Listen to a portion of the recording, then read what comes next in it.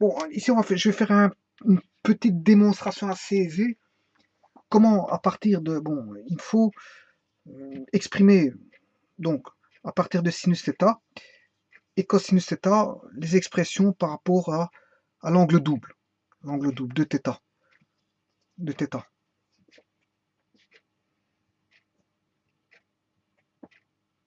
Donc, quelles sont les expressions?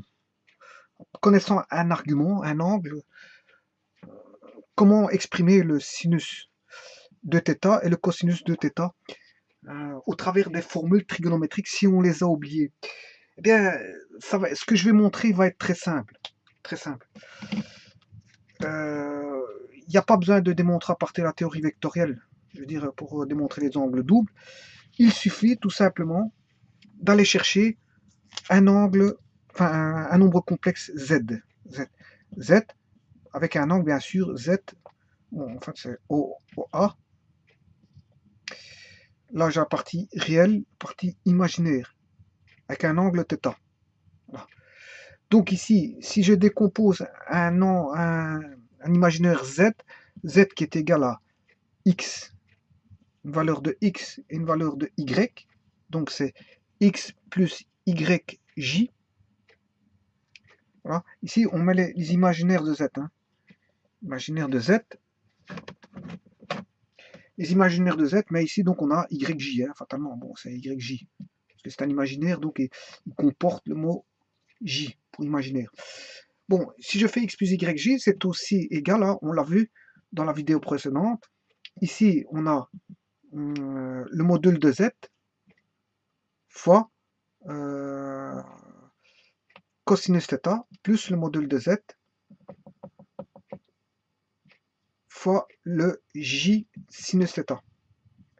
Voilà, parce qu'ici on a affaire à un imaginaire, hein, imaginaire de Z, alors que là on a la partie réelle de Z. Et donc Z est constitué d'une partie réelle et d'une partie imaginaire. Bon. Supposons que ce Z, ce fameux module ici, fasse 1. Donc le module de Z, si je considère Z égale 1, qu'est-ce que je vais avoir? Je vais avoir cosinus θ plus j sinus θ. En fait, si le module vaut 1, que vaudra Z en fonction de l'écriture cosinus θ, il vaudra cos θ plus j sinus θ. Ce qui veut dire que Z vaudra 6 θ. Une écriture abrégée qui veut dire cosinus θ plus j sinus θ. C'est une écriture abrégée. Bon, alors comment avoir calculé les angles doubles à partir de Z égale 6 θ?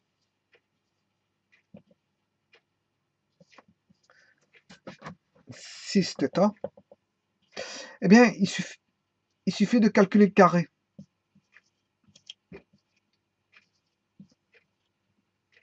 Voilà. Et si je calcule carré, bon, là je dois redécomposer. Donc j'ai bien cosinus θ et j sinus θ en ma possession et je vais calculer les angles doubles. Vous allez voir que ça va aller très vite. On a quoi? On aura cos carré θ plus, je développe le produit remarquable, 2j sinus θ cosinus θ plus sinus carré θ. Fois j carré, bien sûr, c'est plus j carré, bien sûr. Hein, parce qu'il y a j au carré, ça fait j carré. Hein, parce que j est mieux. C'est ceci au carré. Voilà, au carré. Hein. C'est a carré plus b carré plus 2ab. Voilà, on va dire ça comme ça. Mais comme on a j, c'est j au carré, sinus carré θ. Mais j carré, on sait bien que ça fait moins 1. Voilà, donc je peux mettre moins 1 fois sinus carré, et moins 1 fois sinus carré, mais c'est moins sinus carré θ. Maintenant, si je regroupe les parties réelles et imaginaires, on va voir cos carré θ moins sin carré θ, qui est la partie réelle. Hein, ça, c'est toute la partie réelle, parce qu'il ne contient pas de j, plus de j sinus θ, cosinus θ. Ouais, mais quand on fait z carré, ça, c'est aussi égal à quoi? C'est égal à 6 de θ. Parce que on fait quoi? On fait z z fois z, z carré. Z carré, c'est quoi? C'est égal à z fois z. Donc c'est 6 θ fois 6 θ. Comme on a là, les modules ils font 1 fois 1, ça fait 1. Bon, donc ça ne changera pas. On aura 1. Et les arguments s'additionnent. On va avoir 6 θ plus θ. Comme ils sont les mêmes, 6 θ plus 6 θ, ça fait 6 2 θ. Donc autant dire que z carré est égal à 2 6 2 θ, pardon. 6 2 θ. Voilà. Donc maintenant, il suffit d'identifier. Je vais effacer tout ceci. J'espère qu'on a vu là. J'espère qu'on a vu. Je vais bien recommencer parce que je ne sais pas si on a vu au niveau de la caméra. Bon, je recommence. Donc, on sait bien qu'il faut faire z fois z qui est égal à z carré. Et z carré, bon, si je considère que z, c'est 6 θ fois 6 θ. Voilà. En fait, c'est 1 fois 6 θ fois 1 fois 6 θ. Parce que je considérais que le module de z valait 1. Pour ne pas trimballer des nombres ici, 4, voilà. Alors, je considère 1 pour simplifier, pour voir démontrer ça. Donc 6 θ fois 6 θ, le module fois le module, 1 fois 1, ça fait 1, ça reste 1, donc ça fait 1, mais il n'y a pas besoin de l'écrire. Et il reste 6 θ plus θ. Parce qu'on sait bien que quand on multiplie deux, des cosinus, quand on fait une multiplication de vecteurs, eh bien, on a une rotation, on l'a dit, et là, on va dans le sens de l'addition, donc on va tourner dans le sens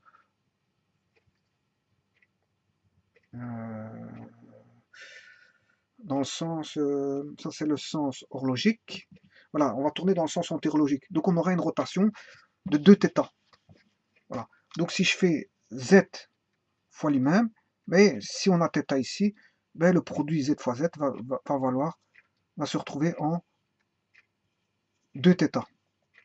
Voilà. Donc ça veut dire que si j'avais θ qui était ici, enfin, si maintenant θ était là, ben, il va se retrouver au symétrique.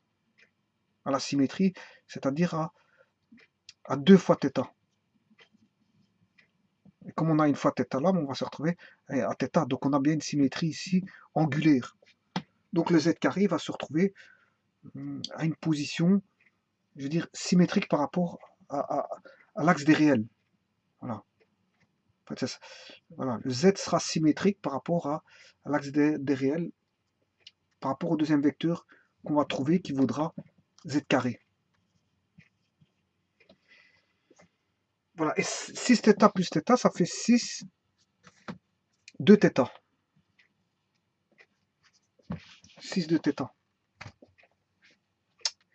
Voilà, ici on a 6 2 θ. Et maintenant, si je développe le z carré, z fois z, c'est égal à cosinus θ plus j sinus θ. Là, on l'a vu parce qu'en partie, elle est apparue sur la vidéo. Donc, c'était cos carré θ plus j carré sinus carré θ plus 2j cosinus θ sinus θ. Ça, c'est le double produit. Et ça, c'est le carré du premier. Et ça, c'est le carré du second. Donc, ce qui fait, comme on a dit que j carré, ça faisait moins 1, on a sin carré moins cos carré plus 2j cos θ sin θ. Sachant qu'on z fois z, c'est 6 2 θ. Donc, c'est-à-dire cosinus 2 θ plus j sinus 2 θ est égal à ceci. Voilà. Et à partir de là, bien sûr, qu'est-ce qu'il faut faire? Il faut juste identifier la partie réelle qui est ici avec la partie réelle ici. Et la partie imaginaire J qui contient le J et la partie imaginaire J ici. Voilà. Donc autant dire que la partie imaginaire, réelle, pardon, cosinus de θ vaudra la partie imaginaire de gauche, de droite, ce qui fait cos carré θ moins sin carré θ. Quant à sinus de θ, il vaudra 2j, 2. Les j se simplifient de part et d'autre. Hein. Bon, j'écris que la valeur de la partie imaginaire, qui est 2 cosinus θ, sinus θ. Et voilà les formules trigonométriques de l'angle double de l'angle double, hein, dire par rapport à l'angle θ. Voilà. Ce qu'ils appellent, je crois, les formules de Carnot. Carnot. Ouais, je crois que les valeurs de l'angle double, c'est Carnot. Bon, mais attention que cosinus de θ peut s'écrire autrement. Hein. Pourquoi? Parce que on sait bien que cos carré, c'est 1 moins sin carré. Ouais, parce qu'on sait bien que sin carré plus cos carré est égal à 1. Donc, cos carré, c'est 1 moins sin carré. Donc, cos carré, ça peut être un moins sin carré, θ, ce qui fait 1 moins sin carré θ moins sin carré θ, ce qui veut dire qu'on a 1 moins 2 sinus carré θ. Voilà. Donc ça, c'est égal aussi à 1 moins 2 sinus carré θ.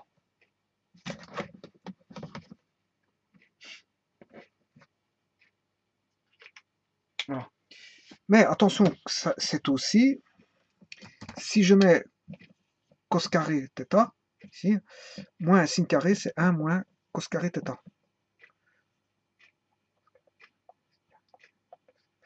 Donc je peux dire que c'est cos carré θ moins 1 plus cos carré θ si j'enlève la parenthèse.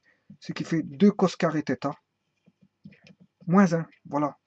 Voilà une troisième formule à partir. Voilà. Donc cos de θ, c'est égal à ceci. 1 moins 2 sin carré θ, c'est égal aussi à 2 cos carré θ moins 1.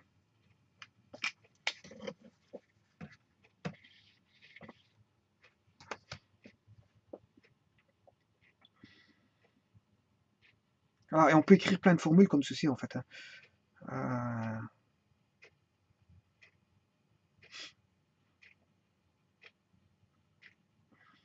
Oui, ici on peut écrire moins 1 moins 2 cos carré θ, qui est presque, on va dire 1 moins 2 sin carré θ. Un signe près.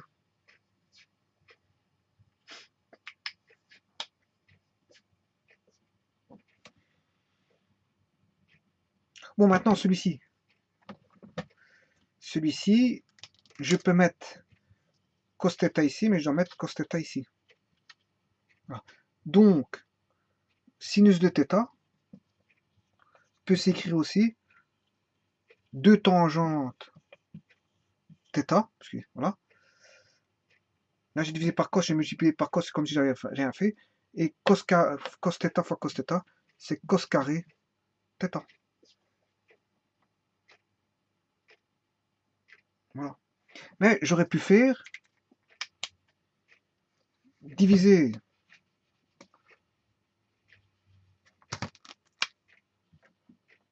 par sinus θ, multiplié par sinus θ. Voilà. Donc là, j'aurai cos sur sin, c'est égal à cotangente. J'aurai 2 cotangente θ, cotangente θ fois sin carré θ. Voilà, bon, on peut s'amuser, trouver toutes des identifications et de nouvelles formules. Et voilà, on est parti pour quand même pas. On peut trouver tout ce qu'on veut comme relation en fait. Voilà.